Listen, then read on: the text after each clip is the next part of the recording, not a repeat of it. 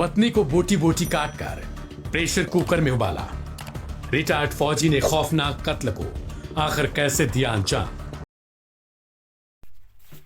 तो दोस्तों, जैसा कि आप लोगों ने देखा, ये कुकर में जो सीटी बज रहा है दोस्तों, कोई खाना नहीं बन रहा है।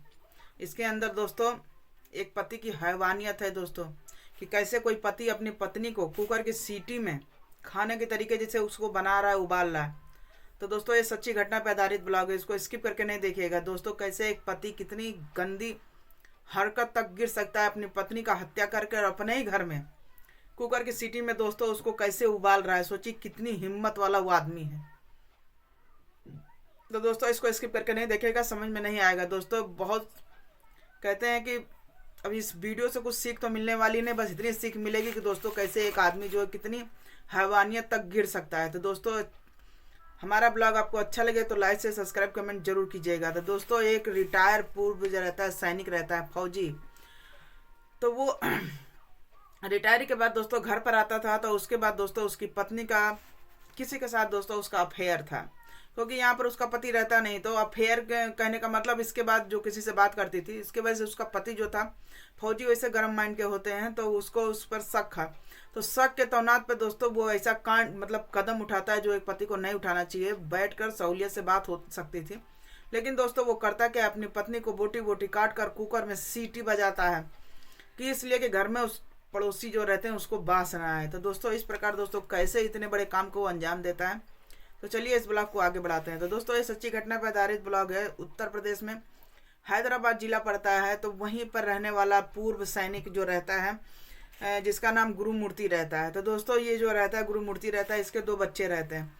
तो इस प्रकार आए दिन इसके घर में पारिवारिक विवाद हुआ करता था, पत्नी से बहस हुआ करता था। तो लड़ाई से इतना परेशान था कि परेशान होने के बाद दोस्तों इसका पति जो रहता है गुरुमूर्ति इतना बुरा मतलब इतना भयंकर कदम उठाता है जो कभी कोई पति सोच भी नहीं सकता है। तो दोस्तों अपनी पत्नी को बराबर वो लड़ाई दंगा किया ही करता था, बहस हुआ करता था। तो दोस्तों उसके अंदर एक बहुत बड़ा जो है कहते हैं कि क्राइम को अंजाम देने का उसके अंदर जो है विचार आता है। तो दोस्तों आए दिन उसके बच्चे भी परेशान रहते थे ये सब देखने के बाद। तो दोस्तों वो सोचता है कि चलो अब न रहेगा बांस न बजेगी बांसुरी। तो इसके बाद दोस्तों वो करता क्या, अपनी पत्नी को बोटी बोटी काटने के बाद दोस्तों हड्डी से चाम तक अलग करके पूरा गला देता है। कुकर में सीटी पे सीटी बजाता है और कुछ हड्डियाँ जो रहती हैं वो बाहर जाके नदी में फेंक आता है। और दोस्तों उसके बाद 2-3 दिन हो जाता है कि 1 सप्ताह हो जाता है। तो उसके परिवार को लगता है कि मेरी बेटी से बात नहीं हो रही है, जाहिर सी बात है। तो उसके मायके वाले फ़ोन करते हैं। तो यहाँ इसका पति जो रहता है वो उठाता है, बोल देता है कि पता नहीं कहाँ 2-4 दिन से गायब हो गई है। अब इतनी बात सुनने के बाद उसके मायके वाले भी घबरा जाते हैं। तो जब मायके वाले घबरा जाते हैं तो आप आते हैं। तो यहाँ पर उसका जो पति रहता है वो बोलता है कि ऐसा है, पता नहीं कहाँ गायब हो गई है, 1 सप्ताह से मिल ही नहीं रही है। रोने का नाटक कर रहा था। और दोस्तों उसकी बॉडी से बात इसलिए नहीं आ रही थी क्योंकि वो काट काट के कुकर में सीटी बजा चुका था। तब उसके घर वाले भी उसके बातों पर विश्वास कर लेते हैं, हो सके मेरे दामाद जी सही कह रहे हो। लेकिन दोस्तों उसके घर वाले भी नहीं जान रहे थे कि मेरे दामाद जो रहता है कितना बड़ा हैवान है और मेरी बेटी का हत्या इसने ही किया है। तो दोस्तों अपने दामाद के साथ मिलकर उसके ससुराल वाले जाते हैं, FIR लिखवाते हैं। तो दोस्तों जब FIR लिखवाते हैं तो पुलिस वाले तो पहले शक करेंगे अपने पर। तो पुलिस वालों को कहीं ना कहीं यहाँ तक शक होता है कि कहीं ना कहीं इसका पति जो आया है FIR लिखवाने, इसके आंख में तनको आंसू नहीं है, कुछ वैसा नहीं है। अब इस प्रकार ये बिल्कुल बिंदास होके आया है लिखवाने। फिर सोचते हैं चलो फौजी है, हो सके हिम्मती। तो घर वाले कुछ बोलते नहीं है ना पुलिस वाले कुछ बोलते हैं। अब 1 सप्ताह जब हो जाता है तो पुलिस वाले जो है उसके घर की पूरी छानबीन करते हैं। जानते ही हैं पुलिस के हाथ में जब केस पहुंच जाता है तो बाल की खाल निकालते हैं। तब दोस्तों पुलिस वाले करते क्या है, पूरी अच्छे से छानबीन करते हैं। फिर वो जो रिटायर्ड फौजी रहता है उस पर जो है उसको अच्छे से पूछताछ करते हैं, सख्ती से पूछताछ करते हैं। तो दोस्तों जो वो सीन बताता है उसके ससुराल वालों को रोंगटे खड़े हो जाते हैं, जितने लोग सुनते हैं सबके रोंगटे खड़े हो जाते हैं। तो दोस्तों वो बताता है कि मेरा तो इस पे शक था कि जब मैं यहाँ पर चाहे फ़ोन भी करता था तो मेरा बिजी हमेशा बताता था मेरी पत्नी का।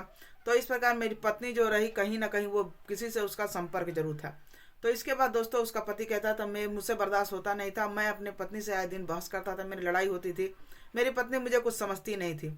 अब इस प्रकार उसके अंदर जो वो कहता है कि मेरे दिमाग में यही आया कि मैं इसके मार डालूं, मारने के बाद जो है इसके बोटी बोटी काटने के बाद जो इसकी हड्डी जो है फेंक देंगे और जितना मांस ओस रहेगा उसको हम गला देंगे। और इसके बच्चे दोस्तों अपने बच्चों को करता है क्या, ये नानी के यहाँ छोड़ आता है। अब इस प्रकार दोस्तों ये दोनों मियाँ बीवी अपने घर में रहते हैं। अब यहाँ उनके बच्चे भी बेचारे नानी के पास चले जाते हैं, उनको क्या पता था मेरे पिता के अंदर इतना बड़ा जो है खौफनाक दिमाग के अंदर खुराफाती घूम रहा है। तो दोस्तों जो उसका पति जो सब कुछ बताता है, जिसे सुनने के बाद पुलिस के भी रोंगटे खड़े हो जाते हैं, पैरों तले जमीन खिसक जाती है।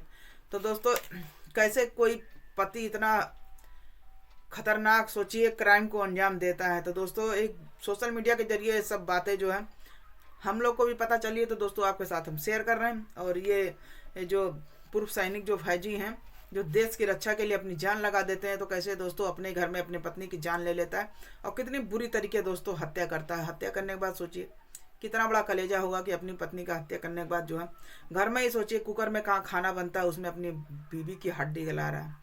तो दोस्तों चलिए इस ब्लॉग को यहीं पर ख़त्म करते हैं, और नई और ब्लॉग जानने के लिए हमारे चैनल को सब्सक्राइब कीजिए, कमेंट कीजिए, शेयर कीजिए, क्योंकि यहाँ पर जो दरिंदा फौजी था कैसे अपनी पत्नी की हत्या करता है, किस हद तक वो सही किया कि गलत किया, कमेंट में ज़रूर बताइएगा। तो दोस्तों चलिए मिलते हैं फिर अगले ब्लॉग में, जब तक के लिए बाय बाय।